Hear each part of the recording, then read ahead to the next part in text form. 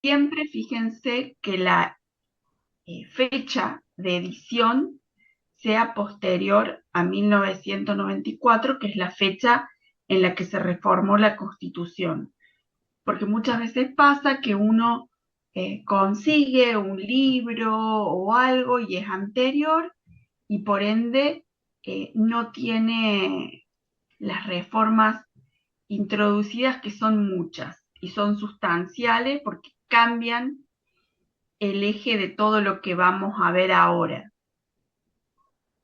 Entonces, esta es una primera advertencia y no hay una bibliografía en la cual ustedes tengan que estudiar sí o sí de esa bibliografía. Sí que la bibliografía sea actual, que sea lo más actual posible. El autor es indiferente. Lo mismo si ustedes buscan apuntes y demás en internet. Siempre fíjense la fecha en la cual se han hecho esos apuntes. En el, en el link de readmisión que tiene la facultad, ahí van a poder encontrar dos cuestiones. Una, que es un compendio del doctor Vidar Campos, que es fácil, sencillo de leer. Yo les recomendaría que lo bajen y estudien de ahí. Y después, por el otro lado, una guía que es lo que vamos a seguir hoy, más o menos, que hace hincapié en aquellas cuestiones más importantes, más trascendentes, que se reformaron y que ustedes sí o sí las tienen que saber. ¿Sí? ¿Hasta acá alguien tiene alguna pregunta? No, no.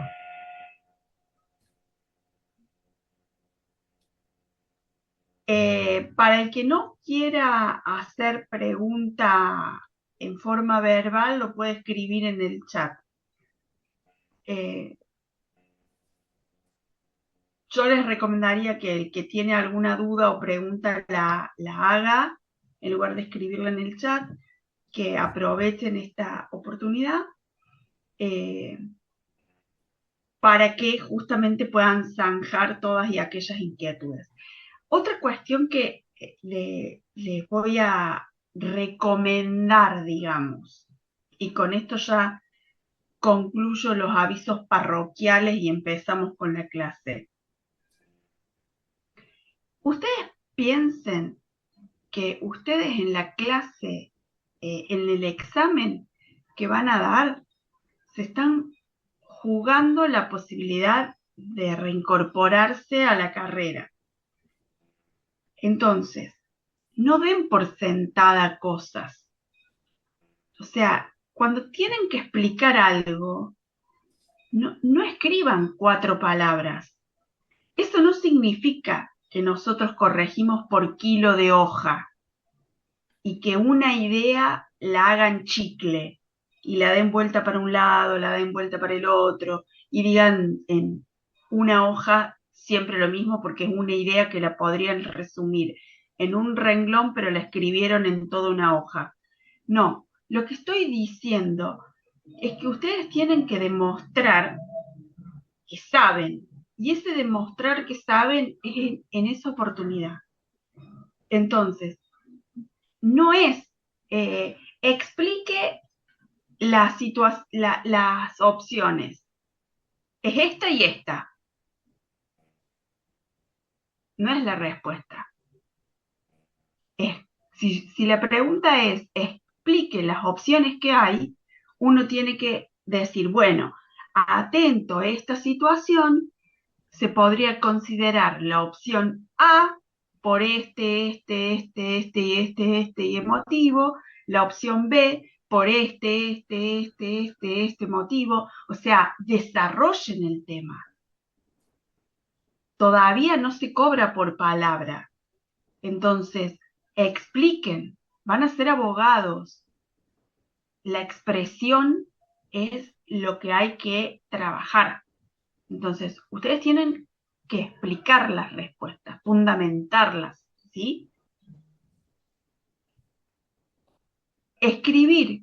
A mí no me interesa si el número del artículo de la Constitución lo ponen bien, lo ponen mal, el número. Me interesa que pongan lo que dice, lo que se interpreta de ese artículo, cuál es el alcance que tiene. ¿Se entiende a lo que les quiero reseñar? Porque eso es una cuestión fundamental, que si yo después tengo la duda entre aplazarlos o aprobarlos, y ustedes han fundamentado bien, aunque le hayan errado un poquito, si la fundamentación está bien, si el razonamiento es bueno, eso se toma en cuenta, ¿sí? Entonces, les pido por favor que hagan especial hincapié en ese punto. Bueno, ¿hasta acá alguna pregunta? No, está claro. Licenciada, doctora, discúlpeme. Buenas Sí, tardes. Alejandro. Consulta, Vidar Campos, ¿hay que leer todos los capítulos o hay algunos especiales que hay que tener en cuenta? No, todos, Excelente, excelente. Eso quería todos. hacer. Muchas gracias. A ver, que todos. Hay algunos que son más importantes que otros. O sea, todo lo que A tiene que ver. eso me refería, o sea, tener hincapié en que por ahí hay algún capítulo en que hay que hacer un poquito más de hincapié, tal vez por los extensos, por la cantidad No, de que tenga. básicamente todo lo que tiene que ver con la parte de la teoría de organización de nuestro Estado, todo lo que tiene que ver con la teoría constitucional, básicamente toda la primera parte, es importante que lo estudien y lo fundamenten porque si ustedes eso lo manejan bien, el resto les va a ser mucho más fácil. La parte quizás más orgánica, por llamarlo de alguna manera, a ver, ¿qué te puedo decir? El poder legislativo está compuesto, integrado por dos cámaras. Una Cámara de Senadores, una Cámara de Diputados, representa a este, representa al otro. Bueno, eso básicamente, si ustedes estudian de la Constitución, alcanza. No es necesario que profundicen esa parte demasiado. ¿Por qué? Porque ustedes ya tienen el sustento de la primera parte, que es la parte teórica, que ahí vieron, por ejemplo, la importancia de o el significado que tiene ser un Estado federal y la importancia que tiene cómo está integrada la Cámara de Diputados y la Cámara de Senadores. Entonces, si la pregunta fuera de eso, ustedes la responderían muy fácil teniendo la base bien sólida, ¿sí? Se comprende perfecto, doctora. Bueno, ¿alguna otra pregunta? No, no, ¿No? no, no. Bueno, a ver, dicho estas pequeñas advertencias o como quieran llamarlo, vamos a comenzar con lo que hoy estamos llamados a hablar, que es un poquito de los temas más difíciles o que presentan algún tipo de complicaciones para que ustedes los vean solos, no porque sean complicados, sino para que básicamente los dimensionen de la forma que lo tienen que dimensionar. Lo primero que me interesa que ustedes logren vislumbrar, sobre todo porque para aquellos que hace más tiempo que dejaron la carrera, es por ahí un poquito más difícil de poder entenderlo eh, en su real dimensión, y es el hecho de que en el año 94, cuando se reforma la Constitución Nacional, esa reforma de la Constitución del año 94 introduce un cambio fundamental, importante, fuerte, todos los adjetivos que ustedes quieran ponerle a nuestro ordenamiento jurídico. ¿Qué significa esto? Que, por ejemplo, el ordenamiento jurídico argentino, tal como yo lo había estudiado cuando yo cursé abogacía y cuando tuve que rendir teoría del Estado o derecho constitucional, eso ya no es más de la forma en la que yo lo había estudiado. Eso voló por los aires. Esa forma de entender el ordenamiento jurídico desapareció. ¿Por qué digo esto? Yo no sé si ustedes recuerdan o les suena, pero en ese momento se hablaba de que nuestro ordenamiento jurídico devenía de una forma que básicamente se asemejaba a una pirámide, lo que, lo que Kelsen llamaba la pirámide kelseniana, ¿sí? En donde en la cúspide de la pirámide estaba ¿qué? La Constitución. La Constitución. Y el resto del ordenamiento jurídico, las leyes, las constituciones provinciales, los códigos, se acomodaban en función a esa pirámide, respetando la supremacía de la Constitución, que la Constitución cumplía una función fundante, porque era la que fundaba el ordenamiento jurídico, ordenadora, porque lo que hacía era ordenar el ordenamiento jurídico. Esa situación en el 94 desaparece. Eso ya no es más así.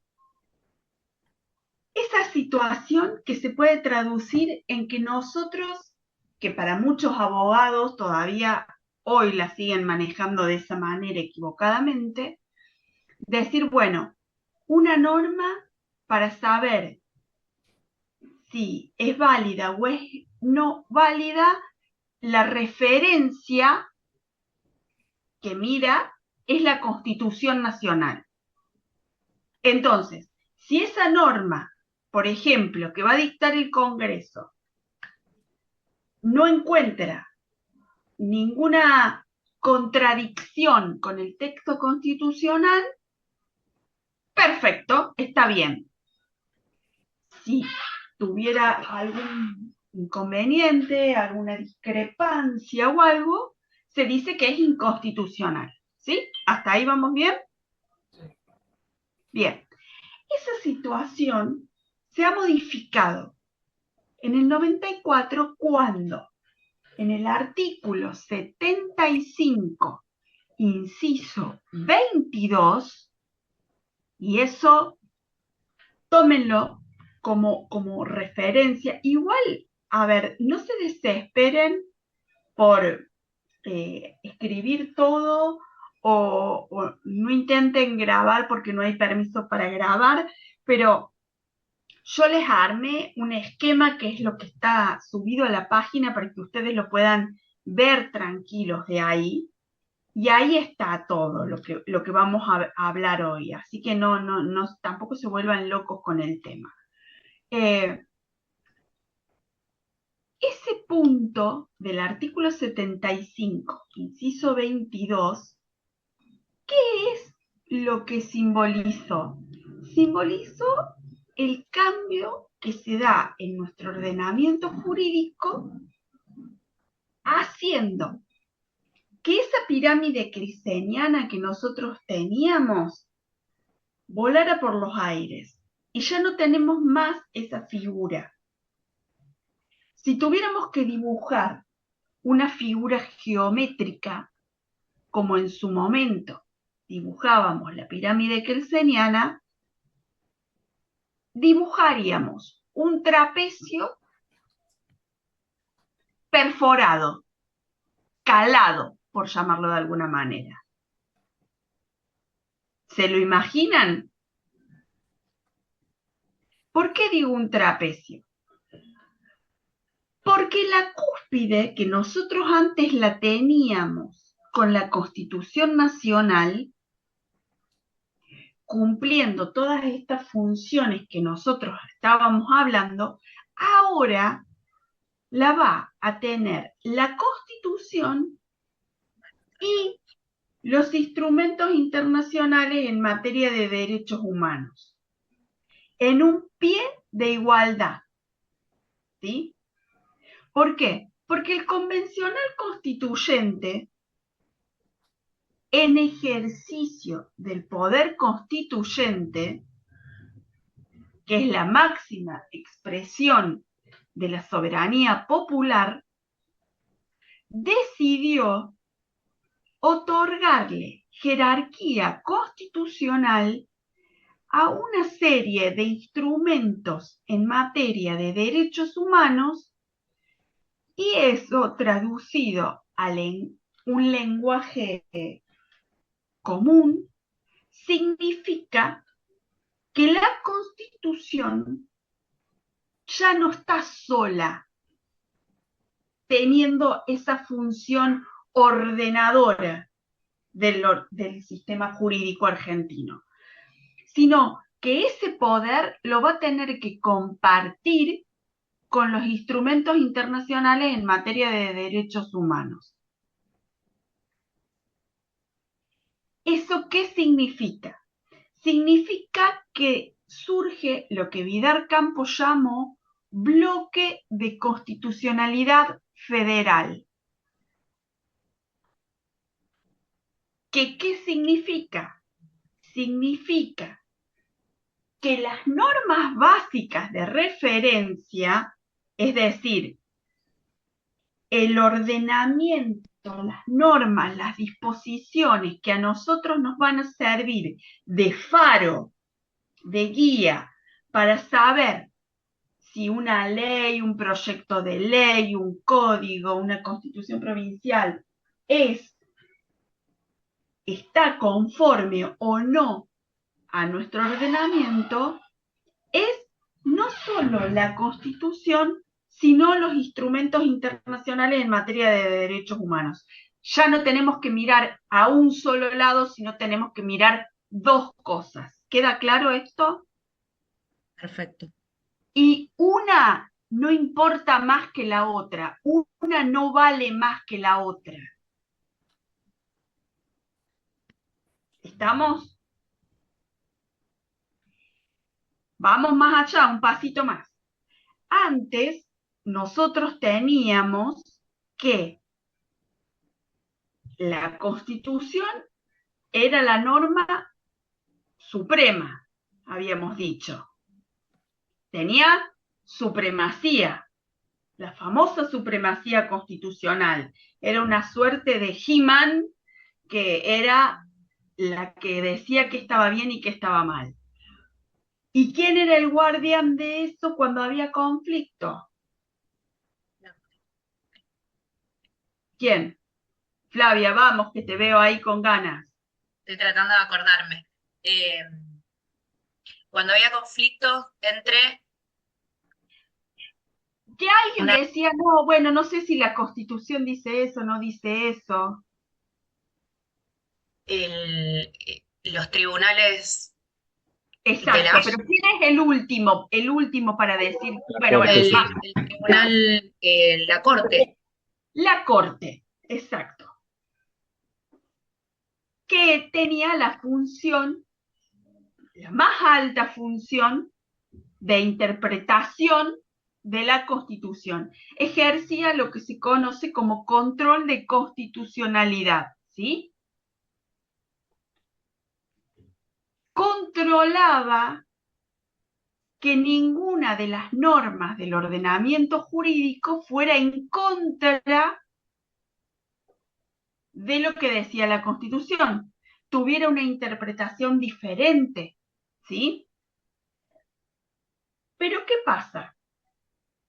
Cuando entran en escena estos instrumentos de derechos humanos, la situación se complejiza. ¿Por qué? Porque estos instrumentos de derechos humanos tienen su propio órgano de control, que es la Corte Interamericana de Derechos Humanos. Y, como yo les decía recién, la Constitución Nacional tiene supremacía, la sigue teniendo. ¿Por qué? Porque es en ejercicio de ese poder soberano que los convencionales constituyentes decidieron darle a los instrumentos internacionales en materia de derechos humanos una jerarquía constitucional y hacer que la Constitución comparta su cetro con ellos, ¿sí? Eso es la supremacía. Ahora, cuando comparten, como dice el artículo 75, inciso 22, que dice que estos instrumentos no se van a entender como negatorios de ningún otro, sino que estos instrumentos de derechos humanos lo que vienen a hacer es a complementar. ¿Qué significa? Que si yo tengo alguna discordancia entre el instrumento internacional en materia de derechos humanos y el texto constitucional, lo que va a suceder es que voy a tener que hacer una interpretación inclusiva, porque si no, la norma va a ser inconvencional, porque no voy a estar dando cumplimiento a las obligaciones internacionales asumidas por el Estado en función de los compromisos adquiridos en esos instrumentos. ¿Queda claro hasta acá? A ver, les pongo un ejemplo básico. En algún artículo de la Constitución, ustedes han leído que las personas tenemos derecho a la salud. Sí. ¿En qué artículo? El 14 bis puede ser, No, o el... No, no me acuerdo. porque no está. Mm, En la Constitución no está escrito con nombre y apellido que las personas tenemos derecho a la salud. Es un derecho implícito, ¿sí? La única referencia es cuando habla, después de la reforma del 94, que tenemos derecho a un ambiente sano, pero derecho a la salud, no. Sin embargo, No, ¿no son los Alex, derechos implícitos del artículo 33? perdón, ¿No son los derechos implícitos del artículo 33 de la Constitución? exacto, exacto. Se toman para darle resguardo como un derecho implícito, ¿sí? Se hace nacer de la naturaleza de la persona humana, de la dignidad de la persona humana, que es de donde nacen los derechos implícitos. Ahora, cuando en el año 94 se le da reconocimiento constitucional a estos instrumentos internacionales en materia de derechos humanos, se incorporan y tienen jerarquía constitucional. Dentro de ellos se incorpora el Pacto de Derechos Económicos, Sociales y Culturales, donde, por ejemplo, el derecho a la salud, el derecho a la educación, el derecho a la vivienda digna, a la alimentación adecuada, son todos derechos que están expresamente consagrados con nombre y apellido, y ustedes me dirán, bueno, sí, pero está en el artículo 33 como derecho implícito. Sí, sí, pero a ver, reconocimiento tiene, pero no es lo mismo que nosotros tengamos un derecho expresamente consagrado que nosotros lo tengamos como un derecho implícito, porque como un derecho implícito yo estoy como más a la buena de que el juez, no con el derecho a la salud, que ya hay una jurisprudencia sumamente consolidada al respecto, pero me refiero a que el juez pueda decir, no, ese derecho no está reconocido, el alcance no es ese, la titularidad no la tiene la persona. ¿Se entiende? Es más discutible. En cambio, si yo tengo el derecho consagrado con nombre y apellido, es mucho más fácil y el camino está mucho más allanado en cuanto a la discusión del cumplimiento. Ese punto es de importancia porque lo que hizo fue ampliar el catálogo de derechos que las personas tienen y fortalecer el sistema de protección de derechos humanos que todos nosotros tenemos, ¿sí? El establecer ese bloque de constitucionalidad federal, el establecer y reconocer esa jerarquía constitucional. Pero significó un cambio muy importante en las fuentes de nuestro ordenamiento jurídico. ¿Alguna duda hasta acá o alguna pregunta? No.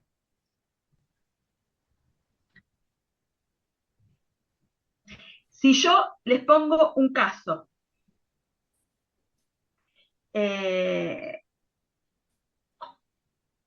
Juan, un hombre de 60 años,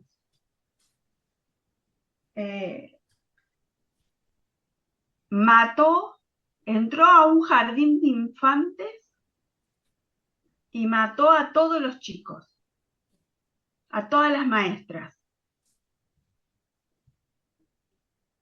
Y el juez le dio pena de muerte, porque había ocurrido una reforma constitucional que por el impacto que el caso había tenido en los medios de comunicación, había logrado imponer una reforma en la Constitución imponiendo la pena de muerte para este tipo de delitos.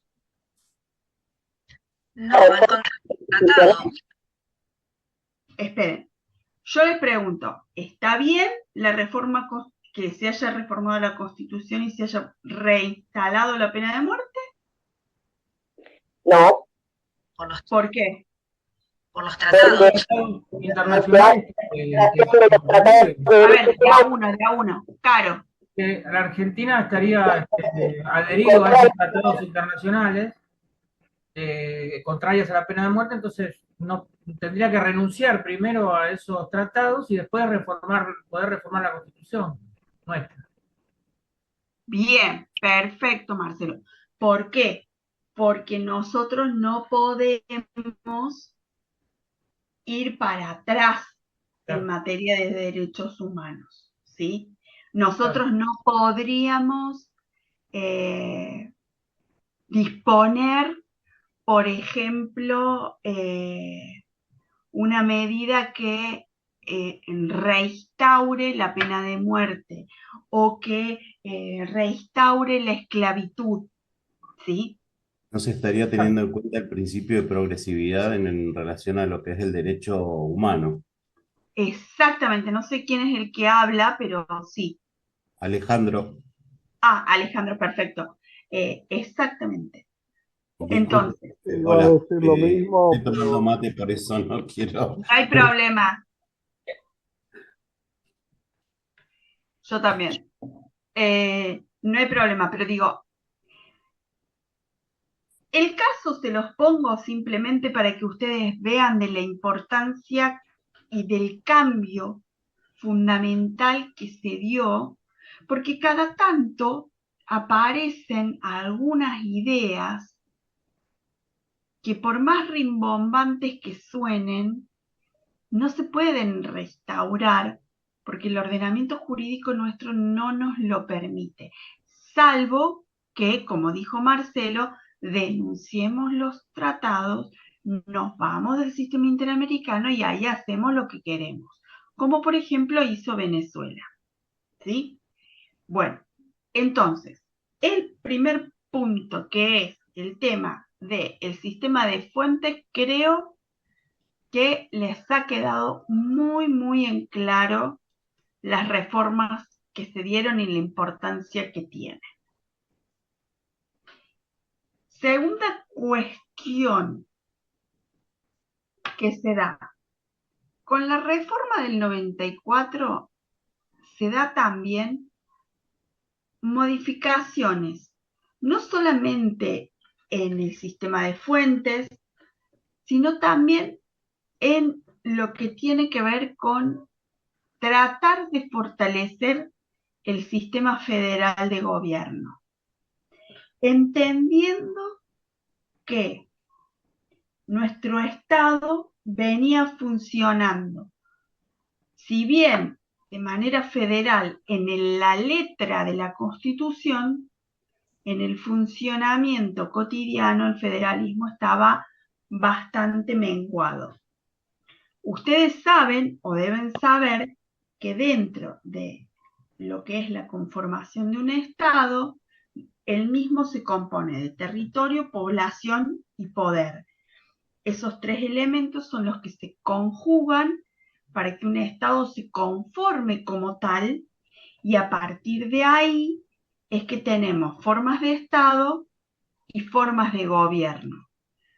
Formas de Estado que van a ser estados federales, estados unitarios, depende si hay una concentración del poder en un solo órgano de gobierno o si el poder está dividido en distintos centros de poder donde hay una suerte de coordinación entre estos distintos centros de poder, reconociendo la existencia de uno que en este caso es el Estado-Nación. Cuando hay unidad en un centro de poder, estamos frente a un Estado unitario. Muchas veces pasa, como por ejemplo en el caso argentino, que si bien en el diseño hay un federalismo, luego por la forma de funcionamiento del Estado se tiende a una concentración del poder, con lo cual ese federalismo se suele distorsionar, ¿sí? ¿Qué ocurre? Que en el 94 los convencionales constituyentes intentaron introducir algunas modificaciones para poder hacer que seamos un Estado más federal, entendiendo que la importancia de tener un Estado federal fundamentalmente radica que en un territorio como el nuestro, amplio, extenso, con realidades tan disímiles, el federalismo es la forma de Estado que más se adecua porque de alguna manera lo que permite es poder atender cada una de los territorios en los que se divide el Estado Nacional de una manera adecuada, sin depender de un órgano central y sin unificar medidas que muchas veces no atienden las diversidades que cada una de las regiones que componen nuestro país tiene. Entendiendo esto, es lo que se buscó fortalecer el federalismo con algunas medidas concretas, que por ejemplo pasó a votarse de manera popular y no que lo eligiera el presidente de la Nación, al jefe de gobierno de la Ciudad Autónoma de Buenos Aires. De hecho, se pasó a llamar Ciudad Autónoma de Buenos Aires, antes se llamaba Capital Federal, y era bastante absurdo que el distrito más poblado, los habitantes no pudieran votar a quien los gobernara. Se terminó la discusión acerca de si los municipios eran autónomos o eran autárquicos, cuál era su régimen. Se estableció claramente que los municipios son autónomos como tercer orden de gobierno, con lo cual quedó conformado nuestro Estado federal con 4 órdenes de gobierno: el Estado Nacional, la Ciudad Autónoma de Buenos Aires, las provincias y los municipios. ¿Hasta acá vamos bien? Sí, sí. Antes del 94 teníamos nación, provincias y municipios. Ciudad Autónoma de Buenos Aires, porque tiene un estatuto jurídico particular,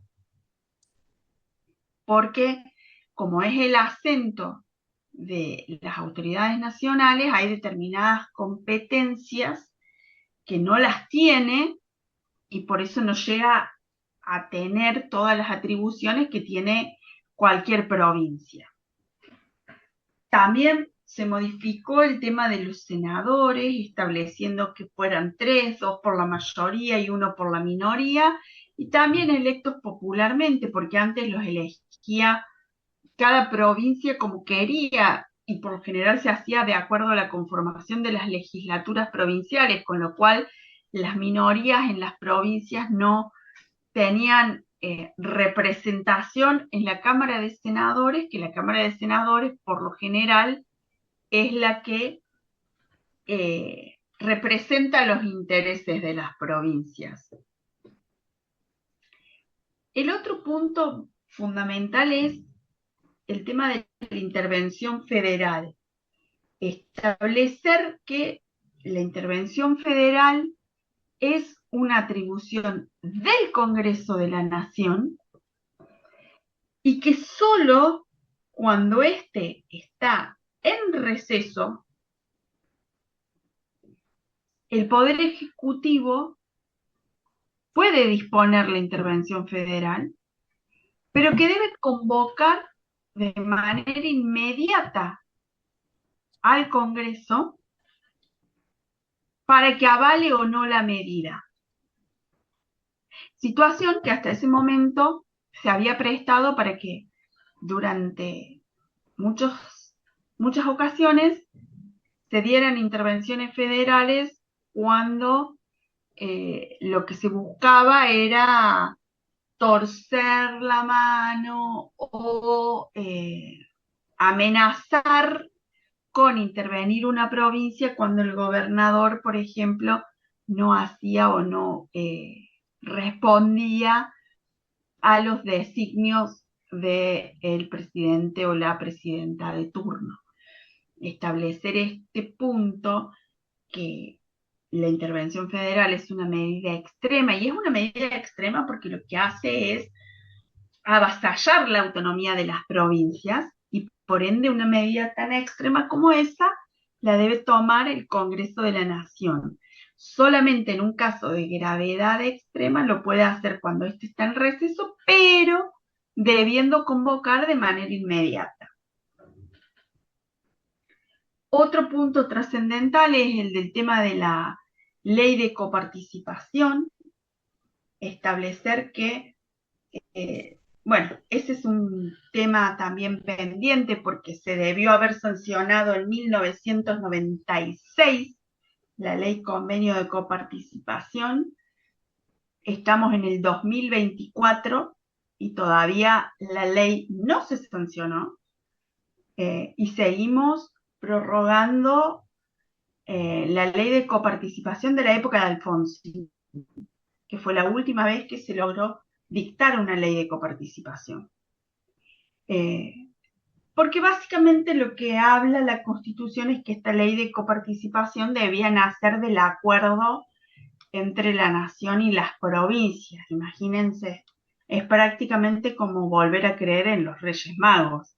Es de un cumplimiento prácticamente ineficaz, incontrastable, ¿no? Imposible. Se impulsaron algunas iniciativas, como el tema de los convenios internacionales que las provincias podían firmar. Se reafirmó el tema de la propiedad de los recursos naturales de las provincias, que es de especial importancia, sobre todo para las provincias que cuentan con recursos naturales. Por ejemplo, todas las provincias del norte de nuestro país, que hoy por hoy tienen litio, el que se les reconozca la propiedad de esos recursos hace que tengan una fuente de ingresos muy importante. Cuando en la década del 90 lo que había sucedido era que la nación se había apropiado de muchos de esos recursos naturales y las provincias veían cómo se devastaban esos recursos naturales sin generar recursos para la provincia, y que simplemente lo que hacían era engrosar las arcas del Estado Nacional. Sin embargo, no se replanteaba la posibilidad de que las provincias tuvieran voz, voto, intervención en todo lo que tenía que ver con esta situación. No sé si lo recuerdan, pero básicamente es una discusión que se dio mucho y cada tanto se da en función de todo lo que es la explotación y la exploración de los recursos naturales, hidrocarburos, yacimientos petrolíferos y una serie de situaciones que puedan generar riqueza. Era algo que las provincias reclamaban para con los estados. En sí, el sistema se estableció como una suerte de fortalecer el sistema federal de gobierno en pos de lograr dotar de mayor autonomía a las provincias, mayor autonomía a los municipios, y desde el aspecto institucional, la reforma del 94 lo que hizo es establecer un fortalecimiento en cuanto a los órganos de control, con la existencia de la Defensoría del Pueblo, la Auditoría General de la Nación, implementar todo lo que tiene que ver con los institutos de democracia semidirecta, como es la iniciativa popular, el referéndum, que de alguna manera en este caso después fueron desvirtuados con la ley que reglamentó su ejercicio. Lo mismo sucedió con el Consejo de la Magistratura, que es otra incorporación que se hace en la reforma del 94 para establecer cuál es el procedimiento de selección, remoción y sanción de los jueces, y que de alguna manera lo que se buscó es hacer un sistema que deje o que establezca una forma adecuada para la designación y remoción de los magistrados, que los mantenga al margen de las presiones políticas de turno y que no fuera una situación que quedara a merced al gobernante de turno el poder nombrar o destituir magistrados. Con la ley que reglamentó la conformación de la iniciativa popular y el referéndum, lo que se hizo fue hacer un procedimiento tan complejo y tan engorroso que son muy pocas las veces que estos instrumentos se han usado, y en el caso del Consejo de la Magistratura lo que se hizo fue, al imponer una reforma que garantizara la mayoría de los representantes de naturaleza política, se desvirtuó un poco la misión que estaban llamados a conformar, pero son los órganos de control, tanto así como los usuarios y consumidores, que la reforma del Constitucional de 1994 ha querido implementar. El límite al dictado de los decretos de necesidad y urgencia, estableciendo que hay materias que no son susceptibles de poder ser sujetas a decretos de necesidad y urgencia, que es lo que se entiende por urgencia, que no es una conveniencia política, que es algo que realmente no se puede esperar a que se tramite en los tiempos que un procedimiento legislativo ordinario podrían exigir. Es otra de las grandes incorporaciones que se hace en la reforma del 94. Profe, Bueno, ¿cuáles son, Alejandro, te escucho. por favor, cuáles son los temas que fueron excluidos para ser, o sea, tratados por DNU? Por DNU no se pueden tratar reforma constitucional, tributario y penal. Correcto, gracias. A su vez, se les pone una suerte de requisito, que es que una vez que se ha dictado el decreto, tiene que ir a la comisión bicameral, que está conformada por integrantes de ambas cámaras, que es quien hace el seguimiento de estos decretos de necesidad y urgencia y que los tiene que convalidar o no. La trampa en la ley después estuvo que, con el hecho de que no lo denieguen, el decreto sigue vigente. Entonces, con el hecho de no tratarlo, sigue su curso. Eso permite la vigencia del DNU, sea o no constitucional. Mientras no se trate, sí. Es todo lo que se ha discutido a principio de año, digamos. Yo tengo una consulta justamente con respecto a eso. O sea, ¿qué herramientas hay como, por ejemplo, para evitar este inconveniente? Porque si el gobierno de turno no respeta estas normas, ¿cómo te proteges de esta cuestión si Se no lo tratan por judicializa ejemplo? como se hizo. Se pide la inconstitucionalidad del DNU, que es lo que pasó.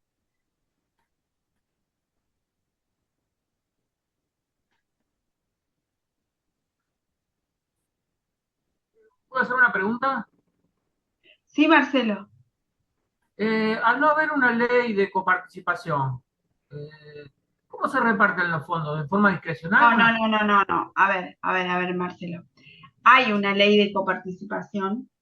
La ley de coparticipación vigente, yo dije, es la ley que viene de la época de Alfonsín. Está bien, esa está vigente, está bien. Lo que no hay es la ley convenio de coparticipación, que es la que establece que deben hacer de un acuerdo entre la nación y las provincias y una serie de parámetros para el reparto de la coparticipación. Hoy por hoy hay una ley de coparticipación, que es la que viene de la época de Alfonsín, porque a ver, ¿cuál es el punto? En la época de Alfonsín se logra reformar la ley de coparticipación, puntos más, puntos menos, pero para que lo entiendan, hay determinados impuestos, artículo 75, inciso 1, que recauda la nación, hay determinados impuestos que recaudan Sí. las provincias.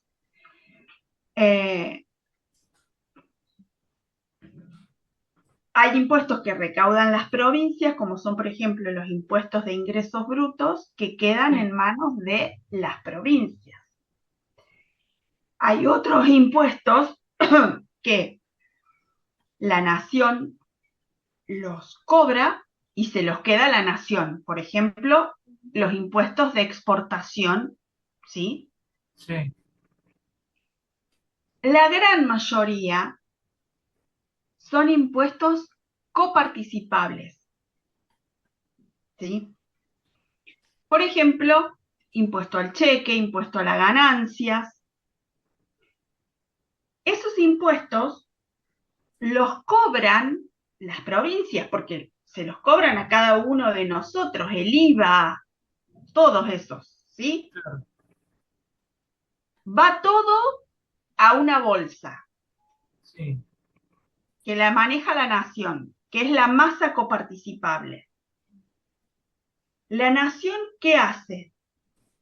Dice, bueno, en pos de atender los intereses del Estado,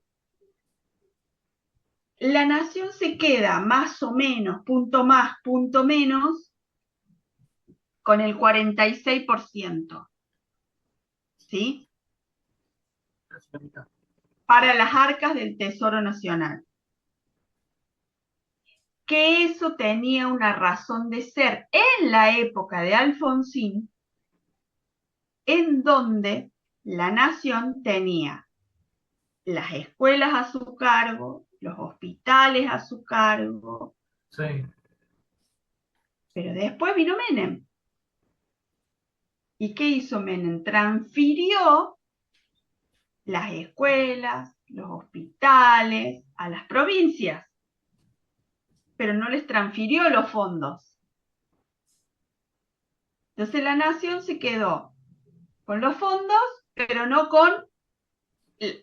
La nación tiene de educación, tiene las universidades y poco más. Sí. Sin embargo, tiene ese 46%. Después hay un 50% que se reparte entre las provincias. ¿Cómo se reparte? Básicamente en función de la población y un par de criterios más. Y queda un casi 4%, que es el famoso ATN, que son los aportes del Tesoro Nacional, que es unos puntitos que tiene el gobierno nacional para, punto número 1, un porcentaje de eso va directamente a la provincia de Buenos Aires, que es el Fondo de Reparación Histórico, por ser la provincia que más aporta y que menos recibe proporcionalmente. Que habría que discutirlo, pero bueno, supongamos. Y el otro por ciento va para las provincias, vamos a llamarlo, más necesitadas, Ajá. para equilibrar el desigual desarrollo que hay en el país.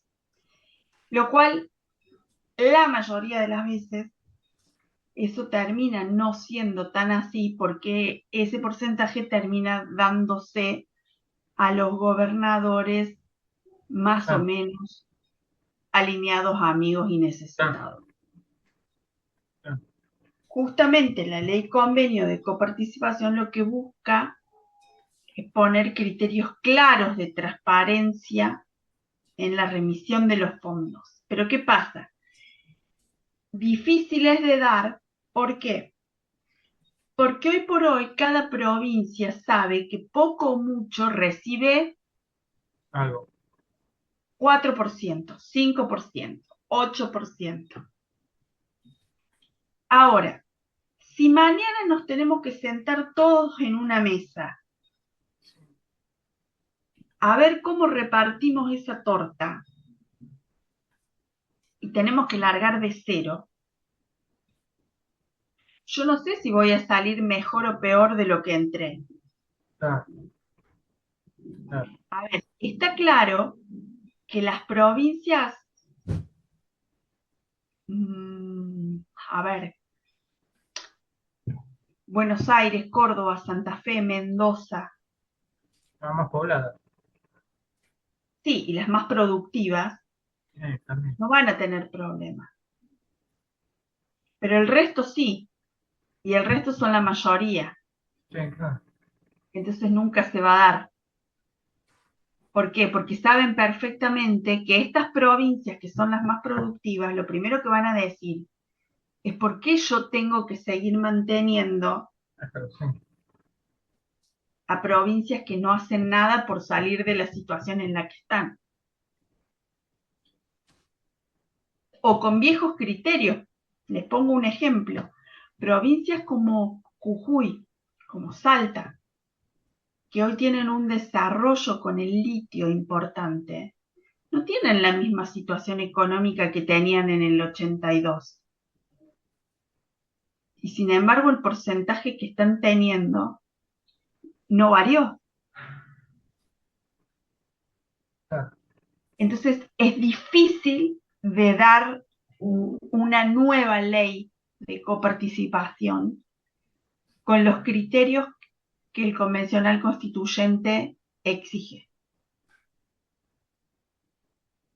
¿Sí? Bueno, ¿alguna pregunta?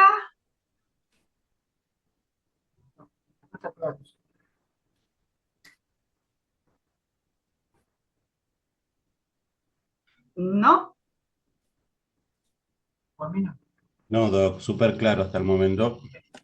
Súper claro. Bueno, entonces, vamos a concluir acá si no tienen ningún tema que quieran preguntar y los estaré viendo para el examen, deseándoles toda la suerte del mundo. Así será, gracias. Una sola más. Perdón, profe, esta es la Yo última. tengo una pregunta, profesora. A ver, Dale, mira. pregunta, ¿quién tenía una pregunta? Yo tengo una pregunta, es con algo respecto a algo administrativo, no tiene que ver con la clase de A hoy. ver si puedo responderla. Está bien.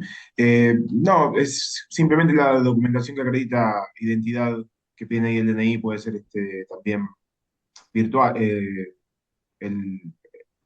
la aplicación de Mi Argentina, ¿no? No tengo la menor idea, manda un mail porque ¿A dónde puedo mandar el mail? al mail de alumnos, Bien, porque yo la verdad es que eso no lo manejo. bien, está bien. Bueno, eso ya, con eso ya se nos ayuda. Gracias. Yo creería que sí, estoy casi convencida, pero mi No, yo palabra pienso lo vale de mismo, pero nada. quería la certeza, pero manda el mail. No, certeza conmigo vas muerto. No, está bien, no hay problema. Gracias igual.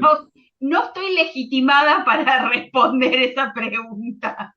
Está bien, comprendo Yo, totalmente. si fuera por mí, yo te dejaría rendir con el nivel de Yo supongo que sí, pero bueno, hay que A ver, preguntar.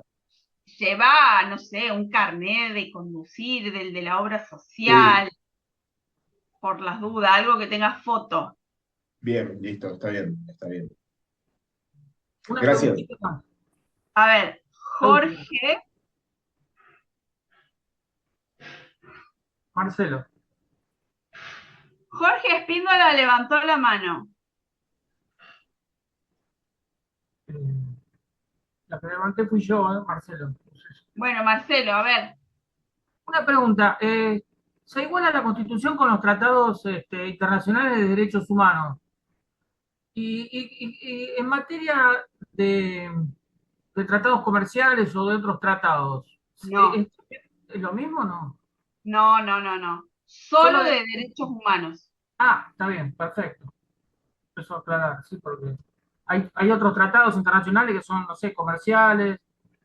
Sí, esos no tienen ninguna jerarquía constitucional. Ah, perfecto. Eso era para aclarar eso. No, no, Solamente, no, solo sí, derechos humanos. perfecto, gracias. Jorge, Jorge, Acá escribió que no le anda el micrófono. ok, bueno, entonces a ver, vamos a leerlo.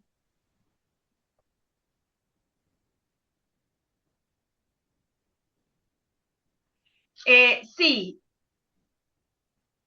lo tienen subido al Padlet y grupo de WhatsApp, no tengo la menor idea porque los odio a los grupos de WhatsApp.